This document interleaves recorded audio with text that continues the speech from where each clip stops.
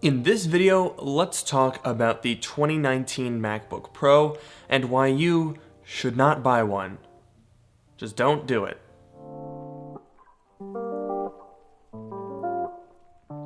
So, Apple very quietly released updates to the MacBook Pro line. I don't even want to say a new MacBook Pro because this wouldn't even qualify. With the 2018 MacBook Pro, at the very least, even though it wasn't a redesign, it was just a spec bump, we at least had a pretty substantial upgrade over the 2017 models. We had improved graphics, we had much improved processors, there was a new butterfly keyboard that didn't really work, DDR4 RAM, 32 gigs of RAM. There was at least something that you could sink your teeth into. But this one is not that. So let's go ahead and check out Apple's website and see what all the fuss is about, shall we? Okay, so more power, more performance, more pro. Alright, whatever. Let's go see what is actually different with these MacBook Pros. So, 13-inch looks like we got a new model. So we've got quad-core 8th generation i5, Iris Plus, nothing. There's nothing new. But that's not entirely true, ladies and gentlemen, because if you have a big intellect and you remember back to about a week ago, this was a 2.3 gigahertz 8th generation Intel Core i5, whereas now we have a 2.4 gigahertz. In fact, this is such a non-update that I bet you the better option would be to just go down to refurbished and clearance. That's a dual core, get out of here, no one wants you. Where's a quad core? Okay, here's a quad core. There we go, 1489 for pretty much the same computer. So just do that. So now let's move over to the 15-inch MacBook Pro, where things are a little more interesting. Or rather, I should say, where things begin to approach the absolute minimum definition of the word interesting. So looking at the 15-inch MacBook Pro, you'll see whereas before we were starting with a 2.2 gigahertz 8th generation i7, now we're starting with a 2.6 gigahertz 9th generation i7. Ooh. So let's try and figure out what processor this is. Now previously, we were dealing with a Core i7-8850H. So it stands to reason that we would currently be using the newly released Core i7-9850H. But we're not, I'm pretty sure. So it's a 2.6 gigahertz that turbos up to 4.5 gigahertz. If we go over to Intel's website, you'll see the 9850H, which was very recently released. It doesn't even have scores on Geekbench.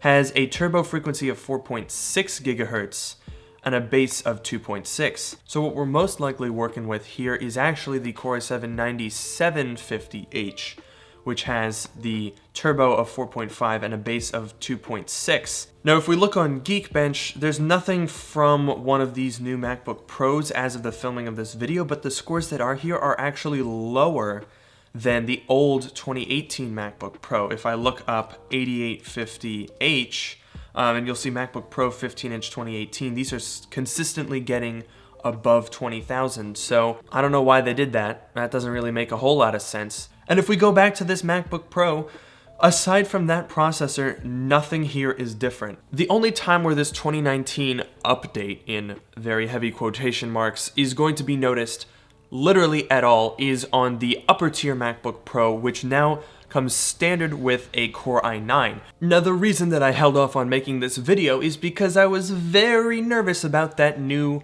Core i9 MacBook Pro. Fortunately, my fears were put to rest when a couple of YouTubers that actually went out and bought one of these laptops tested it and found that the Core i9 is not throttling on this model, which is definitely a bonus. And the fact that you don't have to pay extra for the Core i9 is definitely nice. An 8-core laptop is pretty bananas, and the Geekbench scores have been otherworldly. Dude, 30K on a laptop. And a really thin one at that. That is bananas. I gotta snap out of it because you see, we're going down the rabbit hole. As soon as we start talking about Geekbench scores and 8-core laptops, you're like, maybe I should get the new MacBook Pro. Stop that. Don't do it. Don't buy this thing. Here's why. Okay, here's what we're working with here. There is very little difference with the 2019 MacBook Pros. The only difference is that Core i9 model, and there's going to be plenty of press on that Core i9 model, and for good reason, because it looks like Apple has pulled something off here. But that doesn't mean that this is a good upgrade. As impressive as it is that we have an 8-core laptop that performs super well and doesn't thermal throttle, we're still not really looking at a substantive upgrade. The only thing that has changed is that processor. It's the same graphics, the same RAM, the same storage, the same pricing. It's just the same thing. Even the new Butterfly keyboard isn't new because they included it on the list for the computers that have bad Butterfly keyboards. Like, the thing just came out like a day ago, and they've already admitted it's broken before it even breaks. It's just, don't even bother with this. To me, this whole update just seems kinda lazy, and the reason for that is because we are nearing the end of the cycle for this generation of MacBook Pro. For quite a while now, Apple has been on a 4-year refresh cycle when it comes to the MacBook Pro. So in late 2008, the unibody MacBook Pro came out. 4 years later, in 2012, the Retina MacBook Pro came out. 4 years after that, in 2016, the current Touch Bar MacBook Pro came out, and therefore it stands to reason that 4 years after that, in 2020, aka next year, we'll have whatever the next generation of MacBook Pro may be. And from where I'm sitting, it's shaping up to not be too shabby. We're talking 16-inch, maybe. We're talking OLED, maybe. Or mini LED, maybe. We're talking a new design, probably. And potentially, there's a lot of speculation involved in this, 10th generation Intel processors. Or maybe even ARM processors. Those leaked a couple of days ago with some very impressive Geekbench scores.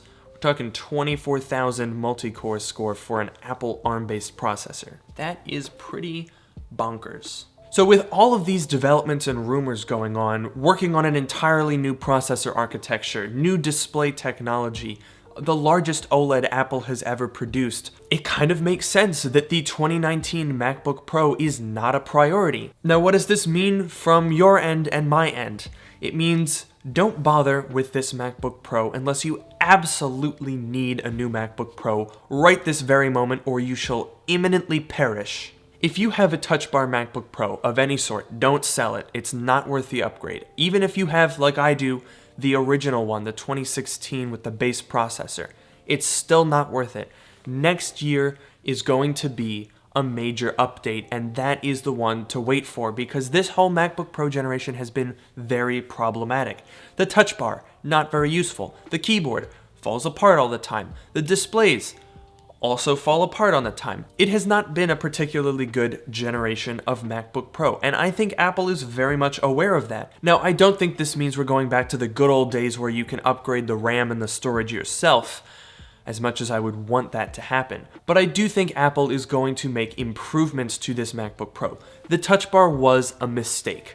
They have all but admitted that it was a mistake. But I do think it's worth waiting for the new machines to come out next year, or maybe even the year after. Even if you have something a little bit older like this late 2013 MacBook Pro, I think it's worth the wait.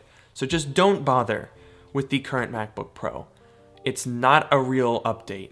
So that was my very unstructured and somewhat rambling take on the 2019 MacBook Pro. If you have any questions or comments, don't be afraid to leave those down below, or consider joining my subreddit. And as usual, make sure to like, comment, and subscribe. Don't forget to follow me on Twitter, and I will see you guys in the next video.